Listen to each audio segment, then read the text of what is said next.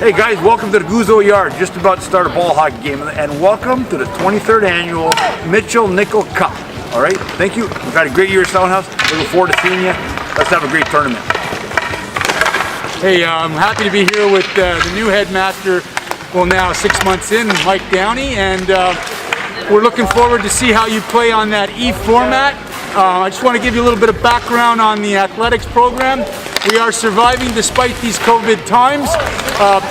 What's changed is that the high school, everybody gets a chance to do everything. Ball hockey, ice hockey, basketball, winter activities, you name it, we're going to try it. And one of those things is ball hockey, and you can see the two pros together here on your screen. In the elementary school, it's business as usual except no team. So all you guys who played on Mr. Cude's elementary team or Mr. Pruno's elementary team, well listen, sorry about that. Hope to be back soon. Hopefully we can get some footage on how we school these youngsters. I wish you the best of luck in this E format, and I look forward to seeing you all on screen.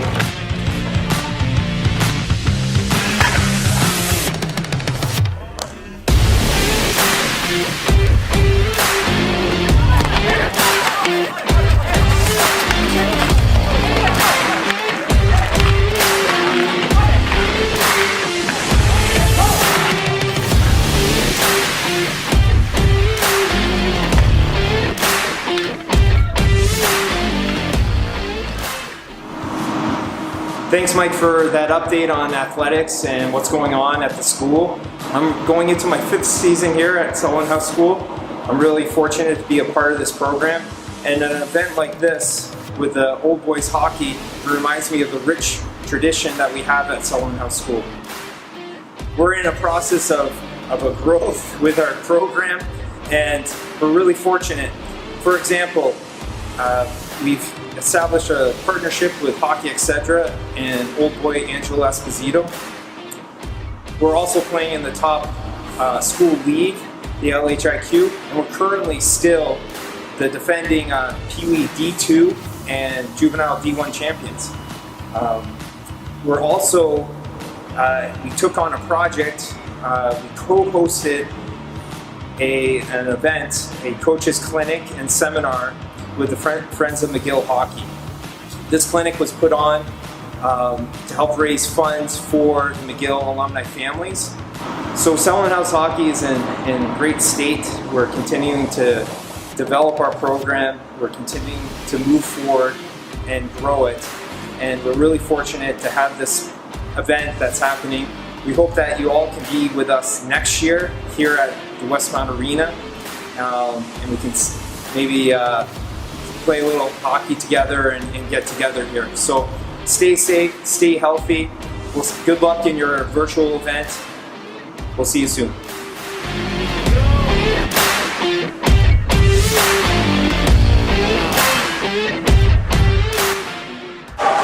We're fortunate enough to come on the ice here today with the boys, get on the ice.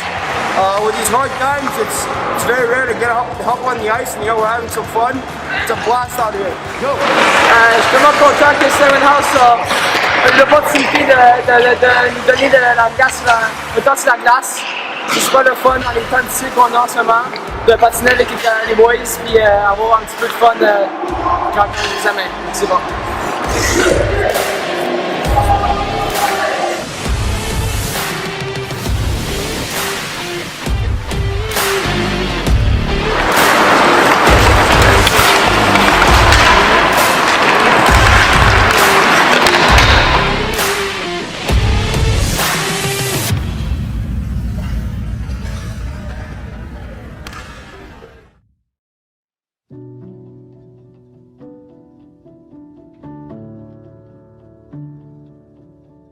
Bonjour, my name is Louise Saint-Jacques and I work for Buffy Promotions in Montreal, and I am the official engraver of the Stanley Cup. So I'm very happy to do this for Sullivan House School that my son attended, and very proud of him, very proud of the school, so I'm very happy to do this for you guys. In 2002, I did bring the Stanley Cup to the school for the students to see it in person, and it was with a class of Mr. Rondeau.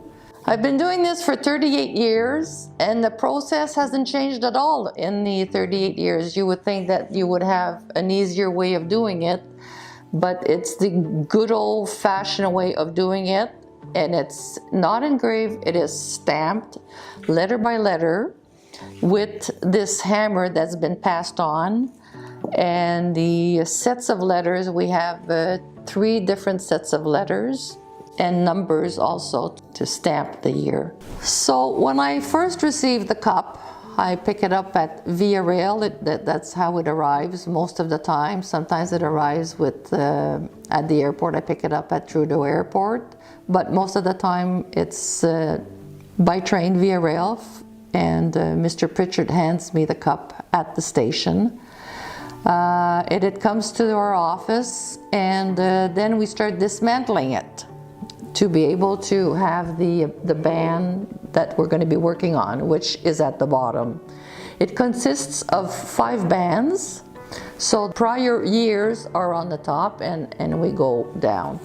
So when we first get it, we take it apart in 2. From the bowl to the neck is 1 part, and then we have the 5 bands that are on a form. We then take the band that we're going to be working on, and it's put on a metal form that's already rounded in the shape of this band, so we can start stamping. But prior to stamping, we have to get the list of names from the NHL that the team has provided to the NHL and has been approved by the NHL, and then it comes to us. The ban is for 13 years. So then we have to make sure that we don't overstep on the following year, because then we're going to be short on space. So everything is measured. All the names are rechecked and rechecked and rechecked, of course, for mistakes or if they should arrive. And then we start engraving. So the first thing that goes on is the team, and then the year, and then normally it's the owners. But when we do start doing the players, the captain is always the first name that we put. Even if we put them by alphabetical order, the captain is always first. And he is the only one that has a title now. There has been 2,394 names already stamped on the cup, and hopefully much more to come, and hopefully for 2021 also.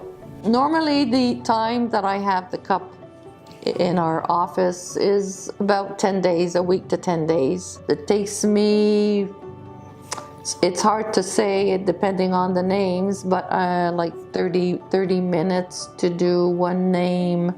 So that's why we like to have it for longer and take our time to do it and do a good job. I'm very proud that we still stamp the cup in Montreal.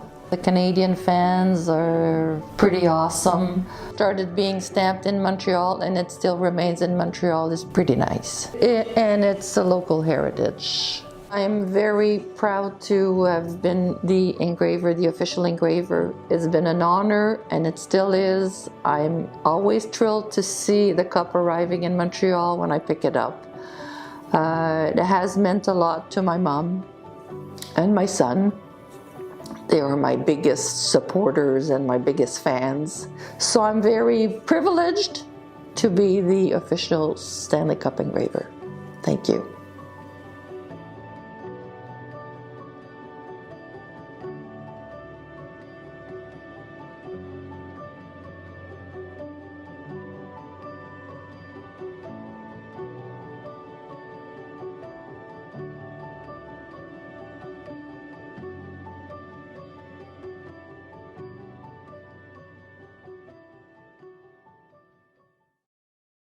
Hi everyone, I'm AngelEsposito. I hope everyone's doing well, staying safe and healthy throughout these challenging times. It's too bad we can't be out there at the old boys tournament playing this year, but hopefully next year we're all back at it. I just wanted to let you guys know how things have been going with our hockey program. Over the last few years, myself, along with Hockey Etc., we've partnered up with Sullivan to help develop our young boys into better athletes and great hockey players. Things have been going great. I mean, throughout this pandemic with Chris LaPearl and Mike, they've been doing a great job at finding ice, getting the boys out there, making sure they're staying active. Our team at Hockey Etc., our trainers, we've been on the ice with the guys. We're making sure to work them hard and to get them ready for next season, whether it's starting in next month or next year. We want to make sure that they're ready to go. It's too bad we can't be playing this year, but I'm looking forward to being on the ice with you guys all next year. Enjoy the holidays, stay safe, and good luck. Hi everyone, my name is David Urquhart, assistant coach of the San Diego Gulls in the American Hockey League. I've worked closely with Chris LaPearl and Mike Borovich with the hockey program, and I just want to offer my support. I know that from working with Chris when we were both assistant coaches for McGill, that he's an incredibly dedicated person, passionate, exceptional work ethic. And to speak to that, something that you may not know is that Chris is one of the few people, he may be the only person who has won a national championship as a coach for Division III hockey in the U.S., Division I hockey in the U.S., as well as Canadian University. So I think that speaks to his background and his knowledge, and I think he's great for this program. One thing about the program is I've been lucky enough to meet a lot of people from Sullivan House and play with a couple old boys such as Teddy Curious, Chris Churchill-Smith, as well as play against Torrey Mitchell, and close friends with some other guys who may not be as good as on skates, such as Chris Nakos. But to speak to those people, they're high character people, and it speaks to the program and the school itself. Hi, this is Ben Sherratt from the Montreal Canadiens. I want to wish the Selwyn Household boys good luck in their first online hockey tournament. Have a safe and happy holidays and good luck. Hey guys, I want to welcome everyone to the first annual virtual Old Boys Hockey Tournament. I wish we could be all getting together and playing some hockey and having some beers after, but times are a little different at the moment. I'm currently retired from hockey. I opened up a rink, as you can see in the background here, and I do private hockey lessons and skill development with a partner of mine that I played hockey with at the University of Vermont, Peter Lennis.